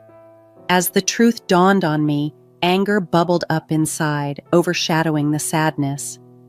"Mother, I'll divorce Thomas," I declared firmly, "and I don't want to see Judy, so I won't be visiting the house for a while." My mother stayed silent, understanding and respecting my decision. Before Thomas returned, I meticulously prepared everything for a new chapter in my life. I drafted the divorce papers, signed a lease for a new apartment to stay in temporarily, and arranged for a new house where I would eventually settle. I packed my belongings and moved out swiftly, leaving behind only the divorce papers with a detailed letter for Thomas at our old house. The letter outlined that all matters concerning alimony and other legal issues would be handled by my lawyer. After securing everything, I made sure to block all his contacts to cut off any possibility of unnecessary communication. I chose not to share my new address with my parents, as I didn't want Judy and Thomas to learn about it. Although Thomas and I still worked at the same company and sometimes crossed paths, I completely ignored him. Recognizing the gravity of the situation, he promptly agreed to the divorce. He maintained discretion about the reasons for our separation at work, and although our colleagues sensed something was amiss, they respectfully avoided the topic. 2 years had passed with this distance between me, Thomas, and my family. One day, after returning home from work, I was surprised to find my mother waiting for me. "Mom, what's wrong?" I asked, noticing her serious demeanor. She held out an invitation. "This is from Thomas and Judy," she explained, revealing that Judy had moved out of our family home to live with Thomas. The news of their upcoming wedding, which they had formally invited our parents to, was a shock, though perhaps it shouldn't have been. "So, Mom, are you going?" I asked, a lump forming in my throat. "Of course I am," she replied. Yet, sensing my dismay, she quickly added, "I'm just kidding. Don't worry, I'm not going." It became clear that Thomas and Judy had intentionally not invited me, knowing I hadn't forgiven them. Feeling isolated from Thomas and even my parents, my spirits were dampened. Yet, my mother's reassurance and her decision to stand by me brought a slight smile to my face, helping to ease the sting of betrayal just a bit. On the day of the wedding, amidst my resolve to forgive them, my mother unexpectedly called me through a video call. I don't want to see their faces, I thought, nearly ending the call. However, recalling my mother's earlier encouragement, I stayed on the line. The call showed a slideshow being presented at the ceremony. The MC announced that the slideshow was crafted by the bride's mother, tracing her daughter's life from birth to the present. I was taken aback by my mother's unexpected technological savvy, which sparked a pang of sadness in me. "Mom, you did all this for Judy?" I wondered silently. But as I watched, puzzled, I realized something startling. The slideshow began not with pictures of Judy, but with a photo of me as a newborn. The resemblance between me and Judy in our baby photos might have confused some, but as the slideshow continued, it became clear that the focus was unexpectedly on me. The guests seemed to relax in the nostalgic atmosphere, but Judy's expression tightened as the MC narrated. Since she was young, the bride has always been devoted to her family, a diligent student who succeeded in entering her desired university. Murmurs rose among Judy's friends and colleagues, who were familiar with her actual academic and professional background. "Huh, is that a photo from the university welcome party? Judy didn't go to such a prestigious university, did she?" Someone whispered. "Hey, isn't that from the company's welcome party?" Another questioned. A closer inspection by the guests led to puzzled whispers. "Wait a minute, this isn't Judy at all." Even Thomas, taken aback, murmured in confusion, "What the hell is this? This isn't Judy." Unaware of the growing commotion and the bride and groom's increasingly pale faces, the MC continued with the narrative, presenting slides that detailed how the bride had initially met Thomas at the company, where she had been his mentor and eventually his wife. The story being told was mine, not Judy's, leading to an unexpected revelation at the wedding. The wedding slideshow continued, now displaying photos from my wedding with Thomas. The MC's initial confusion escalated as the pictures transitioned, reflecting a story different from the one expected. The atmosphere grew tense, and it became evident something was amiss. At that crucial moment, my mother stepped onto the stage and took the microphone from the MC. "From here on, I'll take over and explain," she announced, her voice calm yet firm, as she masterfully navigated through the slideshow. She began detailing how, even after marrying Thomas, I had supported him tirelessly in both his personal and professional life. However, as Thomas became busier, he found less and less time for her, she explained. The crowd listened, rapt, as she narrated my attempt to plan a spa trip to help him de-stress. "Wait, please." Thomas tried to interject, but my mother, undeterred by his frantic gestures or Judy's increasingly pale face, pressed on. She advanced the slideshow to a photo of Thomas and another woman entering a hotel, looking intimately close. The next slide confirmed the woman was me, and the realization dawned on the guests as the room fell silent. Thomas declined the trip planned by my daughter, citing a business trip he couldn't avoid, my mother continued. My daughter then invited me to join her at the spa, where we unexpectedly witnessed his affair. Murmurs filled the room as guests began to buzz about the revelations. An affair? And this wedding is for Judy and Thomas, right? Could it be that their relationship began from an affair?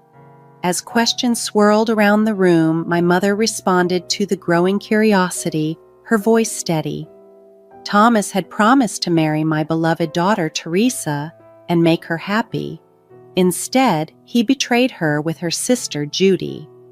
Mother, stop it already. Today is my wedding day. Why won't you celebrate my happiness? Judy cried out, trying to regain control of her narrative. Despite the emotional plea, my mother remained composed, her gaze fixed on Judy as she replied, I have always wished for your happiness, but not at the expense of your sister's. The room echoed with the weight of her words, leaving an indelible mark on what was meant to be a celebration. But you were the one who ruined it first, my mother sternly addressed Judy. Teresa has always considered not only her happiness, but also that of her entire family. What about you, Judy? Have you ever considered how deeply your actions would wound Teresa? Judy tried to defend her position, claiming, but she always seems so happy. It's not fair that instead of being happy for your family, you're just jealous. Mother-in-law, please stop, pleaded Thomas, his voice laced with frustration. She is your precious daughter too, right? If that's the case, can't you celebrate our new beginning? Why are you doing this?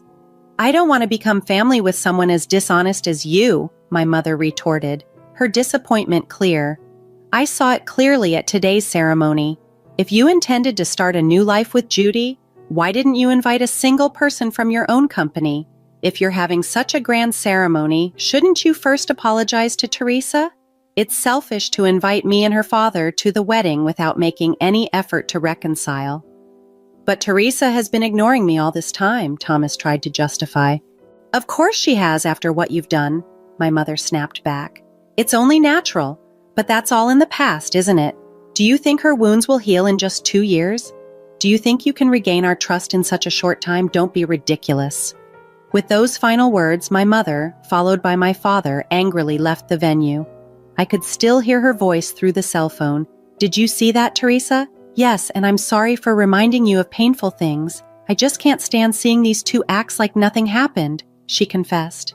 No, thank you, I replied, feeling a wave of relief wash over me. It's like you said everything I wanted to say. That's right, Teresa. You always keep everything to yourself, my mother noted. I thought it was just too kind of you not to tell your colleagues the reason for your divorce. Later, my mother sent me a recording of her conversation with Thomas during the wedding. As she had pointed out, even over time, some things are not easy to forget. Thomas displayed no signs of remorse, casually dismissing his actions as a thing of the past. I resolved to start anew by ensuring he faced consequences for his betrayal. My plan took shape when I learned he was scheduled to give a presentation at our company, open to employees from various departments. I quickly volunteered and secured a spot in the audience. During the conference, as Thomas took the stage, his supervisor, unaware of his recent remarriage, commented, "Thomas, you seem even more motivated today because you just got married." "Yes, I will do my best for my family," he replied cheerfully, knowing full well I was present in the room. Bolstered by his audacity, I was determined to expose him. I played the recorded audio my mother had sent me, detailing his affair with my sister, right there during his presentation. The sudden eruption of the recording surprised the attendees, but as they grasped the situation, the affair with my sister following our marriage, they began to openly question him. "Thomas, didn't you claim the divorce was due to a difference in values?" Someone called out from the crowd. I couldn't help but laugh. "Oh, really? Did you say something like that?" Well, I also can't understand a value that involves cheating with your own wife's sister. I then stood, my voice steady but resolute. I apologize for mixing personal matters into this important internal presentation. I have decided to quit as of today. I have enjoyed working here, but I cannot bear to be in the same place as him any longer. As I moved to leave, the board members intervened. "Wait a minute, Teresa," one of them said. "You're an essential asset to our company. If someone should leave, it should be Thomas. But me, I've been expected to have a promising future," Thomas protested, clearly shaken. "We had expectations in the past," they replied, signaling a shift in their support towards me rather than him, reflecting the gravity of his misconduct. Recently, Thomas's appearance began to reflect his internal turmoil. His clothes were worn, and his focus at work had sharply declined. It seemed he had lost the problem-solving skills that once defined him. "We're not expecting much from you anymore," the board members remarked during a meeting, highlighting the stark reversal in their perception of him.